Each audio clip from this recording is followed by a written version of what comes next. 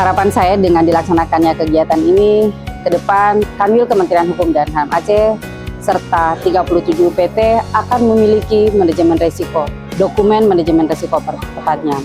Harapan kita bahwa nanti ketika ada permasalahan di dalam pelaksanaan tugas dan fungsi yang ada di seluruh satuan kerja kita, Kanwil Kementerian Hukum dan HAM Aceh beserta 37 PT sudah memiliki dokumen mitigasi risiko untuk menyelesaikan setiap problem permasalahan yang dihadapi pada saat pelaksanaan tugas ke depannya nanti.